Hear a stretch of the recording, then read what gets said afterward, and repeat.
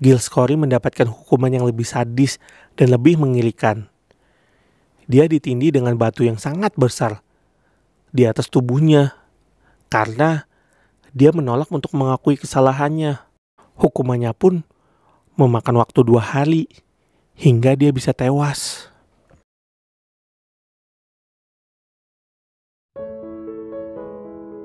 Hai, selamat datang di Insomnia. Bareng gue Adit. Kali ini buat nemenin tidur kalian, gue mau nyeritain nih sejarah kota Salem. Kota yang disebut kotanya para penyihir.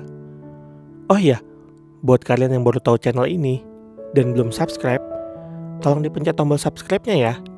Karena di channel ini tuh gue bakal nyeritain banyak cerita seru lainnya. Oh ya, biar kalian lebih enak dengerin ceritanya, silakan gunakan headphone ataupun earphone yang kalian miliki. Biar lebih dapat feel-nya. Kalau udah, yuk kita mulai.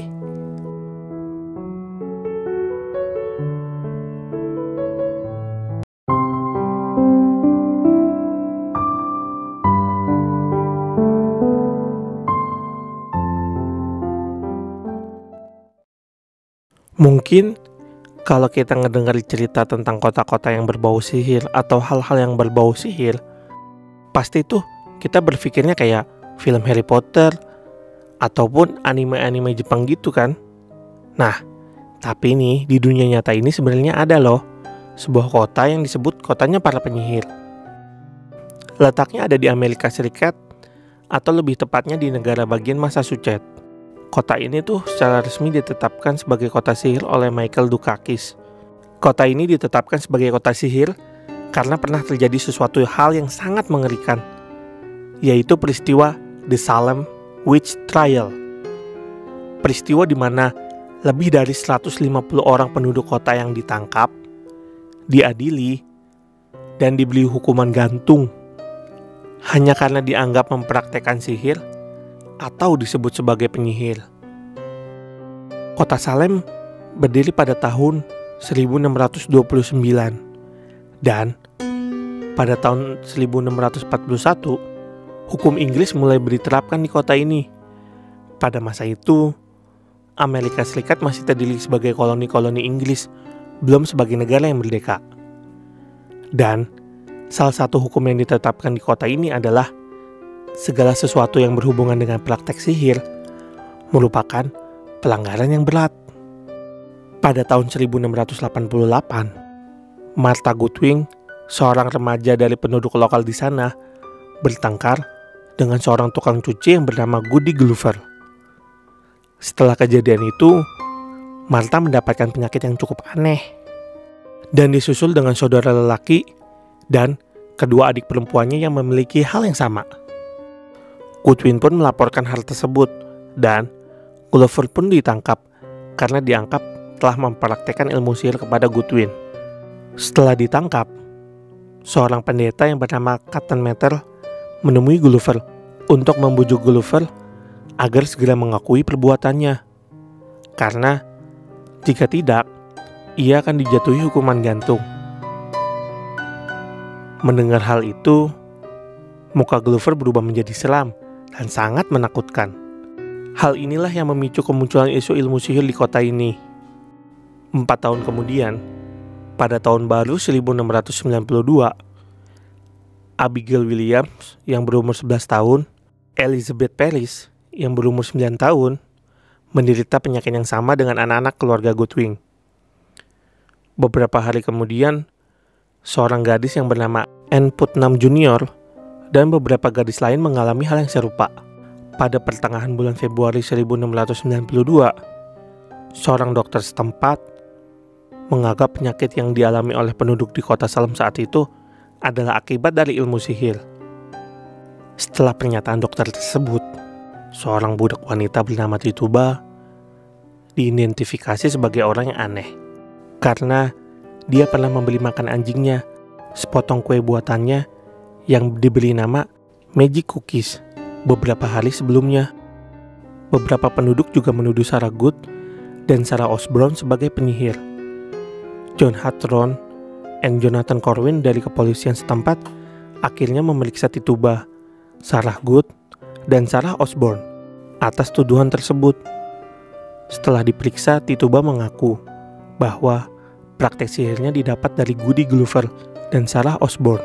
Setelah pemeriksaan itu, muncul nama-nama lain seperti Martha Corey, Rebecca Nurse, dan Dorcas Good. Mereka pun diperiksa dengan 2 polisi yang sama. Selanjutnya, Elizabeth Proctor dan Sarah Cloyce, adik dari Rebecca Nurse, juga dituduh sebagai penyihir.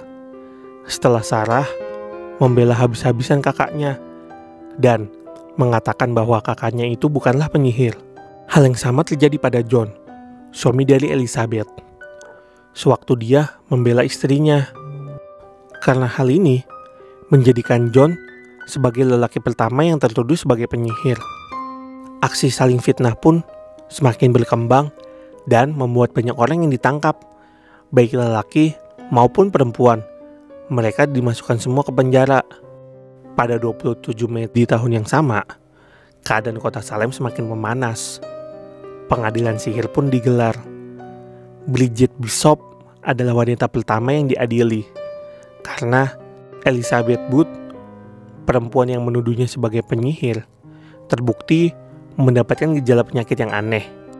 Dan Bridget Bishop pun akhirnya diberi hukuman gantung.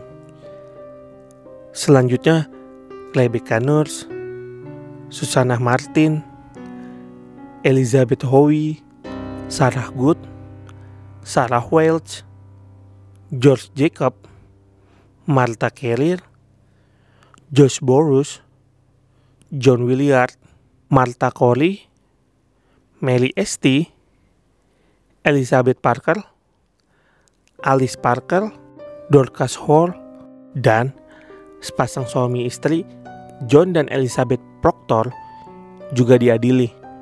Mereka pun diberi hukuman yang sama, yaitu hukuman gantung. Kecuali Elizabeth Proctor, ia diberi hukuman kurungan seumur hidup karena saat itu dia sedang mengandung. Pada tanggal 17 September tahun 1692, tuduhan atas penyihir di kota ini pun terus bertambah. Giles Corey, Margaret Scott, Wilmot Reed, Samuel Wardwell, Mary Parker, Abigail Faulkner, Rebecca Ernest, Mary Lacy, Anne Foster, dan Abigail Hobbs juga diadili dan dijatuhi hukuman yang sama. Akan tetapi, Giles Corey mendapatkan hukuman yang lebih sadis dan lebih mengerikan. Dia ditindih dengan batu yang sangat besar di atas tubuhnya karena dia menolak untuk mengakui kesalahannya. Hukumannya pun memakan waktu 2 hari hingga dia bisa tewas.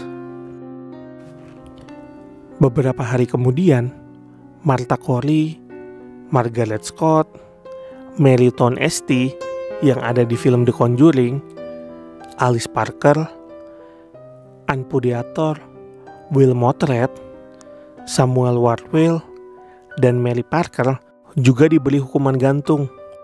Pokoknya banyak banget yang dihukum hanya karena difitnah dan dibilang sebagai penyihir. Pada tanggal 3 Oktober di tahun yang sama, pendeta Increase Mather, presiden dari Harvard College dan ayah dari pendeta Cotton Mather, mengumumkan cara penggunaan bukti-bukti sihir di dalam pengadilan.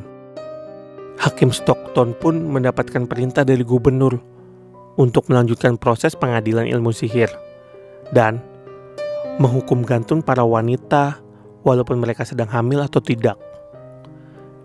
Dikarenakan ketidakjelasan proses hukum, Hakim Stockton pun mundur dari jabatannya sebagai hakim kota. Karena banyaknya orang yang dihukum gantung, pada musim gugur di tahun yang sama, Gubernur Phips mengatakan bahwa bukti-bukti itu tidak berlaku dalam pengadilan ilmu sihir dan membebaskan beberapa tersangka yang tidak memiliki bukti yang cukup. Akhirnya, 49 dari 52 orang tersangka dibebaskan, termasuk Tituba, budak wanita yang pertama kali diduga sebagai penyihir.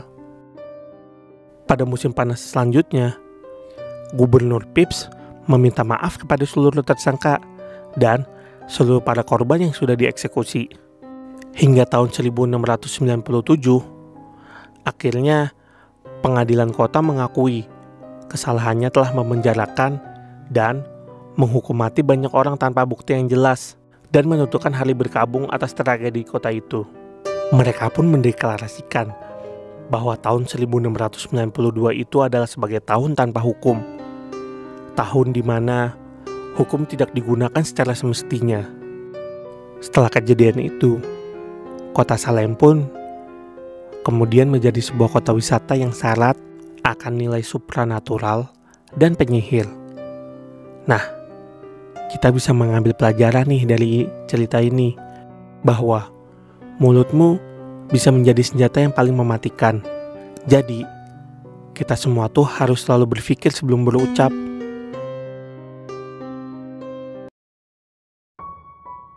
Oke, segitu aja untuk hari ini. Gimana menurut kalian? Apakah kalian mau ke kota itu pada tahun 1692? Tulis di kolom komentar ya kalau mau. Terima kasih buat yang udah nonton sampai habis. Gimana? Udah pada ngantuk belum? Kalau udah, selamat tidur ya. Semoga kalian mimpi indah. Dan buat yang belum tidur dan belum subscribe, tolong dipencet tombol subscribe-nya ya. Biar kalian bisa terus dengerin cerita lainnya dari gua. Gua Adit. Bye.